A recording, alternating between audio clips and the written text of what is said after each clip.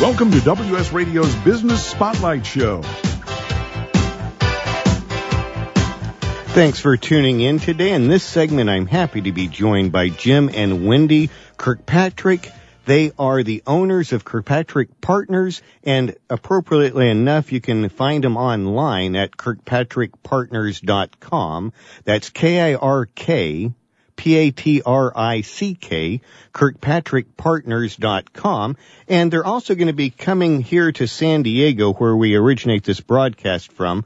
And they're going to be speaking at the Training 2014 Conference and Expo coming up early February. So if you're in town or planning on being in this part of the woods, these are the kind of people that are going to be at that event. And so I appreciate you bringing your expertise in the world of training and measurable training, more importantly. Can you share with us a little bit about the services you provide and the problems you're solving for your clients at Kirkpatrick Partners?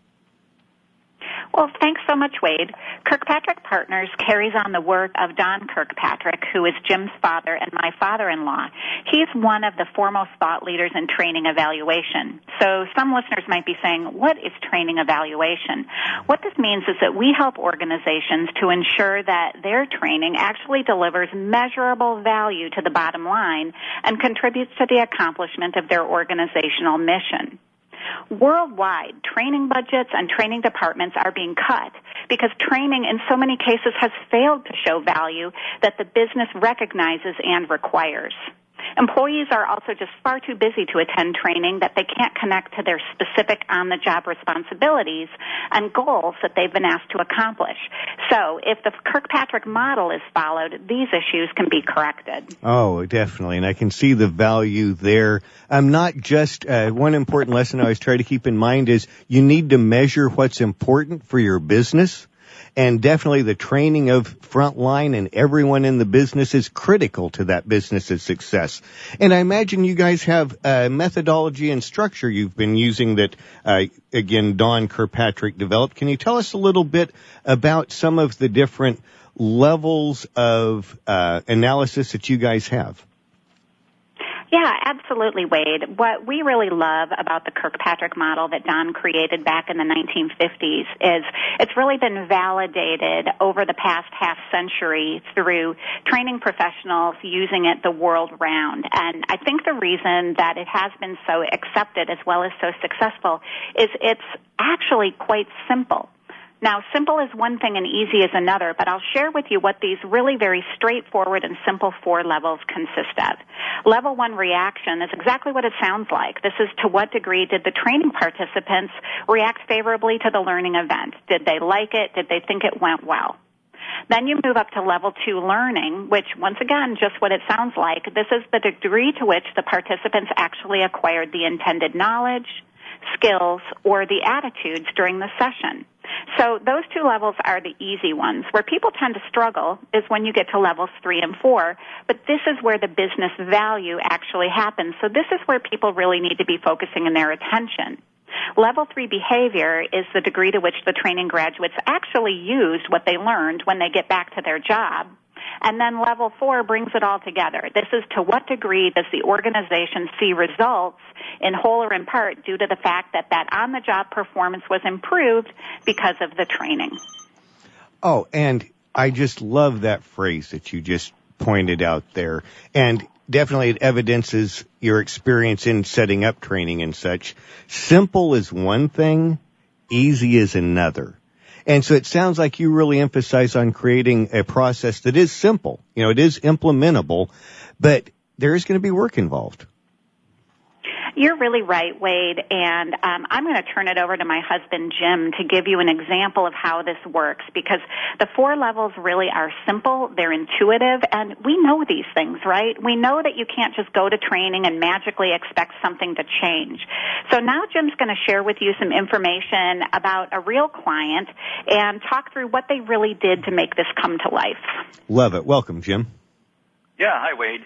Wade, I really appreciate you saying that you need to measure what's important to the business. And this client that called, actually a lady named Emma from Newcastle, the United Kingdom, in England. She's with the National Health Service, and we had a talk this morning, and it represents one of many, many people that we've talked to that have really come to transform the way that they do evaluation, even the way they do training.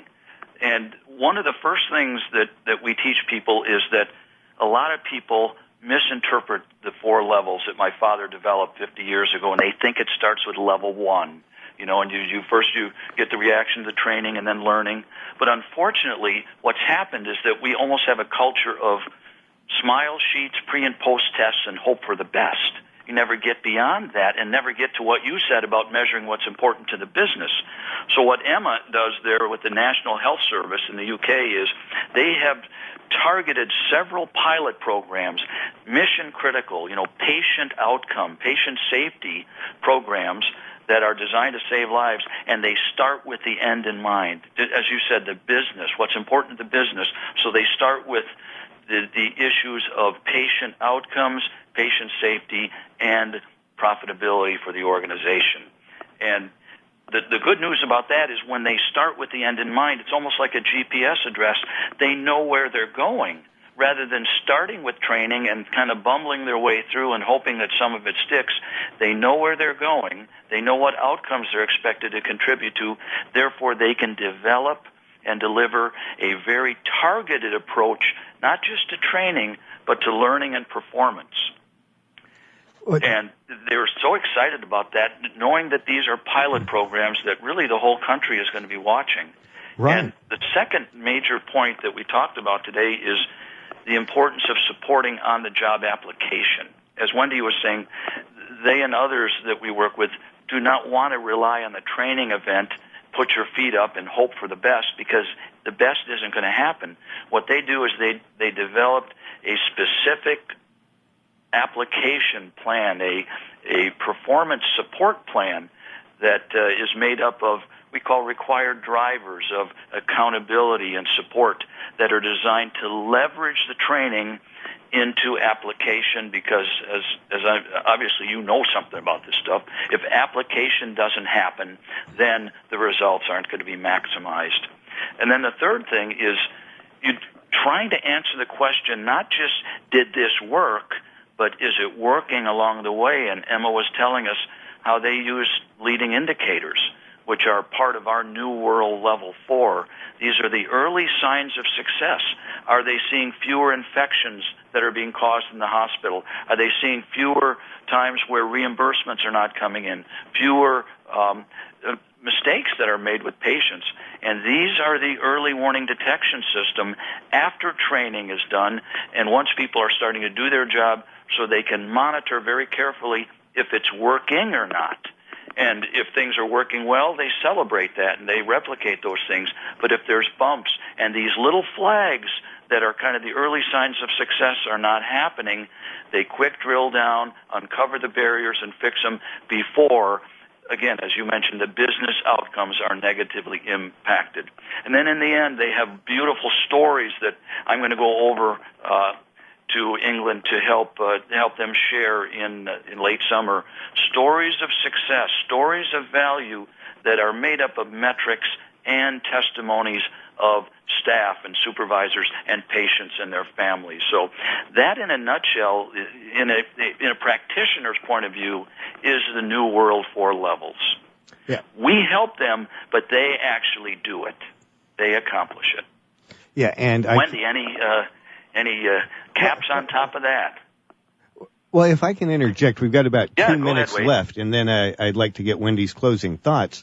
But being that these people are dealing with life and death consequences, they don't have time to mess around waiting for long-term results or, long-term evaluations. It sounds like they need to know whether what they're doing is working effectively at that moment in time, correct?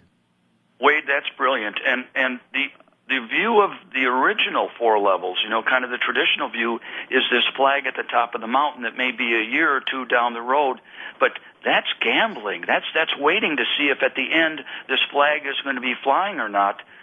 You're right. This kind of stuff, even if it's corporate, kind of revenue and things, you can't afford to risk waiting during that dark period to find out if it ultimately worked or not. That's why these leading indicators guide the way during the quarters and months and weeks prior to the flag at the top of the mountain.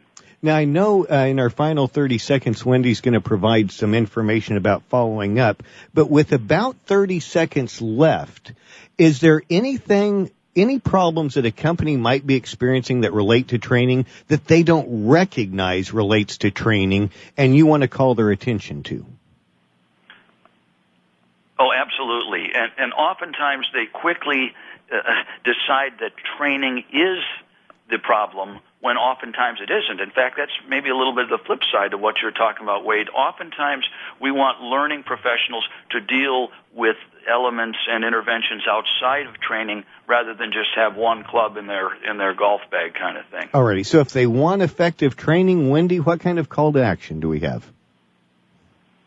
Well, for more information, we invite you to visit our website, kirkpatrickpartners.com. And right on the homepage, we have a place where you can register for free, and you'll get access to our free online resources library. And there you can read articles, watch recorded webinars, download podcasts, look at our latest white papers. We've got PowerPoint slides and all kinds of other free resources for you. And whether you're on the training side or the business side, you're going to see something there that's going to help your organization to be more effective, because you're really going to be focusing on what is most important first, your business results, and working backwards from there instead of just always trying to apply that training Band-Aid to your problems and hoping and praying that it's going to work.